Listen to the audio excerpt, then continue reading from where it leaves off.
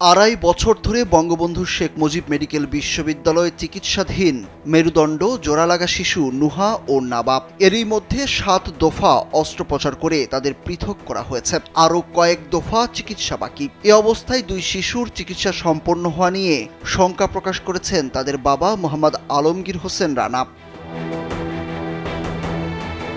রোববার আলমগীর নিজের ফেসবুকে এ নিয়ে একটি পোস্ট দিয়েছেন। সেখানে তিনি বলেছেন, অধ্যাপক ডাক্তার মোহাম্মদ হোসেনের তত্ত্বাবধানে চিকিৎসাধীন তার দুই মেয়ের যাবতীয় ব্যয়ভার বহন করছিলেন সাবেক সরকার প্রধান।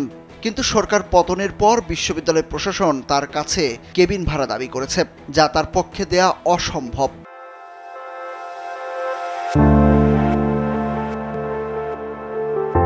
তিনি বর্তমান স্বাস্থ্য উপদেষ্টার দৃষ্টি আকর্ষণ করে লিখেছেন, উপযুক্ত ব্যবস্থা নেওয়া না হলে তাকে বাচ্চাসহ আত্মহত্যা করতে হবে। এই প্রসঙ্গে মুঠোফোনে কথা হয় আলমগীর হোসেনের সঙ্গে। তিনি জানান, হাসপাতালের কেবিনের ভাড়া চাওয়া হচ্ছে তার কাছ থেকে। হাসপাতাল কর্তৃপক্ষ 2 বছরের কেবিন ভাড়া চেয়েছে, আর সেটি না দিলে মামলা করবে বলে জানায় তারা। হাসপাতালের রেন্ট কালেক্টরও একই কথা বলেছেন আলমগীরকে। এই প্রসঙ্গে বঙ্গবন্ধু শেখ মুজিব মেডিকেল বিশ্ববিদ্যালয় হাসপাতালের পরিচালক brigadier general doctor Rezaur Rahman জানান, কেবিন ভাড়া বা কোনো টাকা নেয়ার বিষয়ে বিশ্ববিদ্যালয় কর্তৃপক্ষের কোনো নির্দেশ নেই। তার এই ধরনের অভিযোগ দুঃখজনক। তিনি 2 বছর ধরে 2 শয্যার ভিআইপি কেবিনে থাকছেন।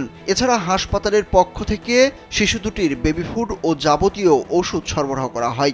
অঙ্কের হিসাবে এই টাকার পরিমাণ বিপুল।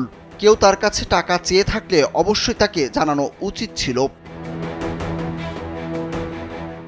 কুড়িগ্রাম সদরের বাসিন্দা আলমগীর ফেসবুক পোস্টে লিখেছেন, 2022 সালের 21 মার্চ তার স্ত্রী জোড়া লাগানো যমজ শিশুর জন্ম দেন।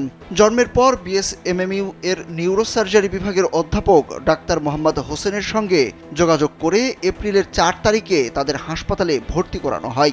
8 মাস পর সাবেক প্রধানমন্ত্রী শেখ হাসিনা তার 2 মেয়ের চিকিৎসার ব্যয়ভার গ্রহণ করলে চিকিৎসা শুরু হয়।